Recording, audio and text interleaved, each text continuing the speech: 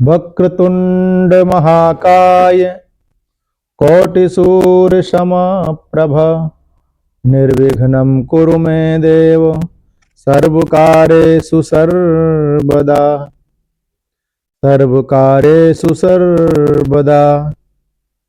सुमुखस्यैकदन्तस्य कपिलो गजकर्णका लंबोदरस्य विकटो विघ्ननाशो विनायक। बोल गणपति गजानन भगवान की जय। जय सीताराम। मित्रों, आज हम बात करेंगे गणेश चतुर्थी के विषय में, इस सकट चतुर्थी के विषय में। वैसे तो प्रत्येक मास की चतुर्थी तिथि को संकष्टी चतुर्थी होती है, जो गणेश भगवान के लिए प्रयुक्त बताई गई है, जिसमें गणेश भगवान की पूजा होती है। लेकिन माघ मास की कृष्ण पक्ष की चतुर्थी तिथि को जो ये संकष्टी चतुर्थी मनाई जाती है, इसे तिलकुटा चतुर्थी के भी नाम से जाना जाता है। इसमें विशेष रूप से गणेश भगवान की पूजा तो होती है, साथ ही साथ शिव और पार्वती की पूजा होती है। और ये माघ मास की कृष्ण पक्ष की चतुर्थी तिथि सकट चतुर्थी मनाने का एक कारण है। भगवान गणपति गजानन का जो चतुर्थी का जो पर्व है, गणेश चतुर्थी का पर्व है, वो शुक्ल पक्ष में मनाया जाता है। तो शुक्ल पक्ष की चतुर्थी को बड़ा महत्व दिया गया। भगवान भी शुक्ल पक्ष की चतुर्थी से बड़े प्रिय थे, शुक्ल पक्ष की चतुर्थी भी बड़ी प्रसन्न थी। इससे कृष्ण पक्ष की जो चतुर्थी थी वो दुखित हुई और गणेश भगवान के पास जाकर के प्रार्थना करने लगी, प्रभु आप मुझे भी मान दीजिए, हम भी आपकी शरण में आए हैं, हम भी आपकी पूजा करनी चाहते हैं। तो गणेश भगवान ने प्रसन्न होकर के इस माघ मास की कृष्ण पक्ष की चतुर्थी को वरदान दिया कि ठीक है, इस चतुर्थी तिथि को जो माताएं मेरा व्रत करेंगी, मेरा पूजन करेंगी, उनके जीवन में सतत आरोग्यता की प्राप्ति होगी, उनके पुत्र सतत आरोग्य और बुद्धि मेधा शक्ति के प्रखर विद्वान होंगे। और जो माताएं अपने सौभाग्य की अभिवृद्धि के लिए या घर परिवार में सुख शांति के लिए इस व्रत को करेंगी, उनके सारे मनोरथ सिद्ध हो जाएंगे। ये हमारा तुम्हारे प्रति वरदान है। तब से ये सारी माताएं गणेश चतुर्थी का, ये सकट चतुर्थी का जो माघ कृष्ण पक्ष की चतुर्थी को पड़ता है, मनाने लगी। संकष्टी चतुर्थी तिथि मनाने का एक और कारण है कि इसी दिन भगवान भूत भावन भोलेनाथ और मैया पार्वती की गणेश भगवान ने परिक्रमा करी थी। एक बार गणेश और कार्तिकेय के विवाह के विषय में प्रश्न उठा, दोनों में ये बात छिड़ गई कि सबसे पहले विवाह कौन करेगा।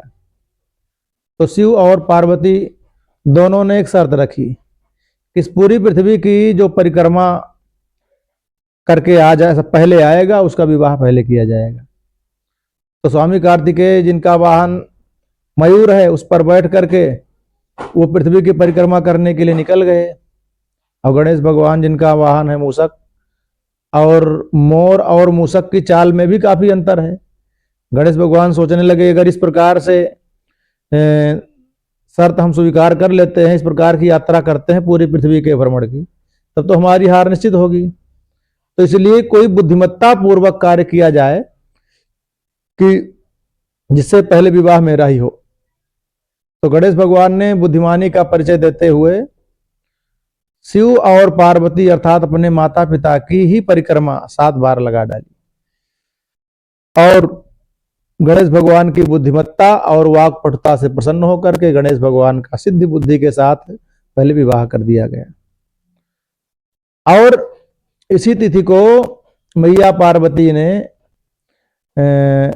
वरदान दे दिया कि इस तिथि को मेरे पुत्र ने अपनी बुद्धिमत्ता का परिचय देते हुए मेरा पूजन किया है, माने कि मेरे पति के सहित अर्थात गणेश और पार्वती का पूजन किया है। इसीलिए जो इस तिथि को मेरा पूजन करेगा मेरे पुत्र गणेश के सहित, उसका पुत्र आरोग्य संपन्न होगा, उसका पुत्र मेधा शक्ति युक्त होगा। तभी से ये माताएं इस सकट चतुर्थी का व्रत करने लगी। और जहां तक इस व्रत के करने का विधान है, तो अब की बार ये जो सकट चतुर्थी 2025 में पड़ रही है, वो 17 जनवरी दिन शुक्रवार को बड़ा ही सुंदर योग बन रहा है।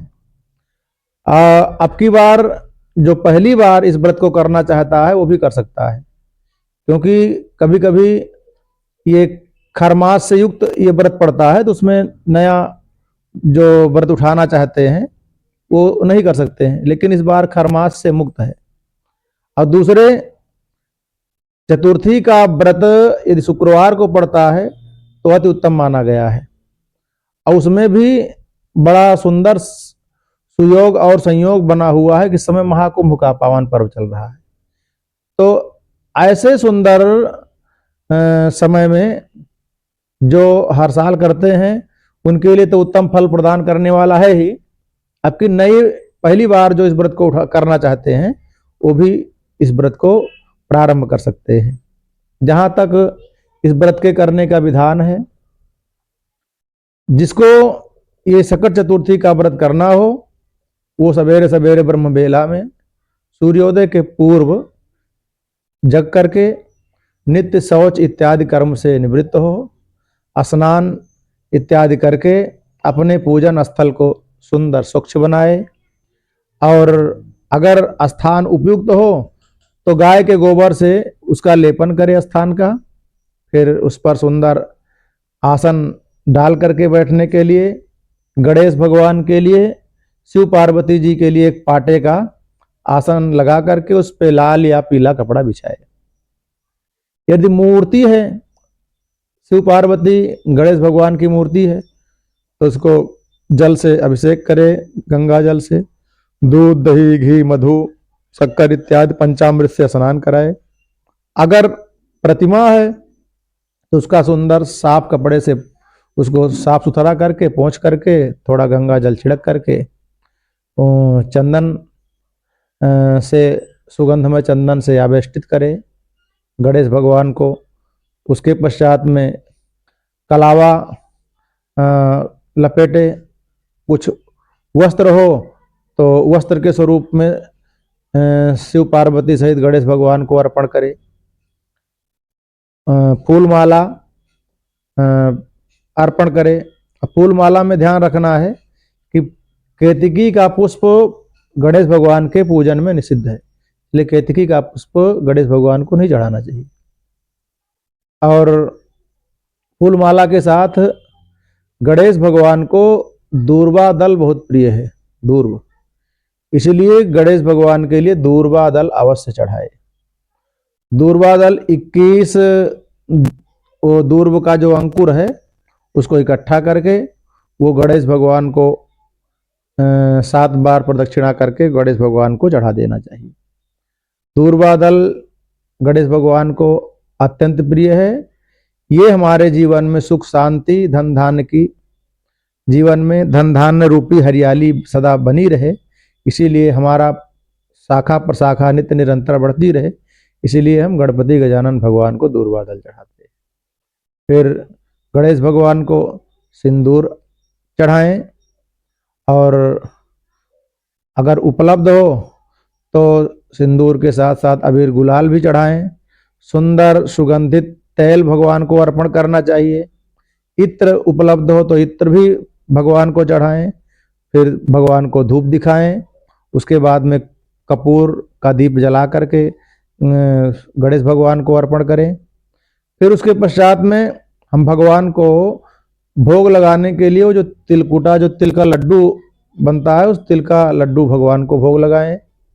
और वैसे बलि की प्रथा भी यहाँ बताई गई है। उसी तिल का भेंड़ बनाते हैं, उसको समर्पण होता है कि आत्मसमर्पण की भावना से उस भेड़ के बलि का विधान है। तो माताएं करें। और उसके पश्चात में चंद्रोदय के समय चंद्र भगवान को अर्घ देने के साथ ही इस व्रत का समापन किया जाता है। और जहाँ तक अब की बार चंद्रोदय रात्रि में 8:48 पर हो रहा है। चंद्रोदय क्योंकि चंद्रमा आरोग्य के देवता हैं, इसलिए चंद्रमा को अर्घ देने से हमारे जीवन में आरोग्य की अभिवृद्धि होती है। किसी के जीवन में कोई रोग हो, अनेक उपचारों के द्वारा दूर न हो रहा हो, तो माताएं आरोग्यता की प्राप्ति के निमित्त भी चंद्रमा को अर्घ प्रदान करें। आरोग्य के देवता हैं और उसी अर्घ के द्वारा फिर हम दिन भर व्रत जो माताएं करती हैं निराजल रह करके वो व्रत संपन्न करके चंद्रमा को अर्घ प्रदान करके फिर शिव पार्वती गणेश के सहित सबसे क्षमा प्रार्थना करके अपने व्रत की परिपूर्णता के लिए, व्रत का सुंदर फल प्राप्त करने के लिए प्रार्थना करें। प्रार्थना करके अपने व्रत को परिपूर्ण करें और भगवान का नाम संकीर्तन करते हुए हो सके तो रात्रि जागरण करें, अन्यथा भगवान के नाम का ही उच्चारण करते हुए फिर अगले सुबह भगवान का नाम उच्चारण के द्वारा व्रत को तोड़ें। बस इतनी सारी जानकारी आप सबको देते हुए आज की इस वार्ता में विदा लेते हैं। नमस्कार, सादर जय सीताराम। श्री गणेशाय नमः। ओम नमो नारायणाय।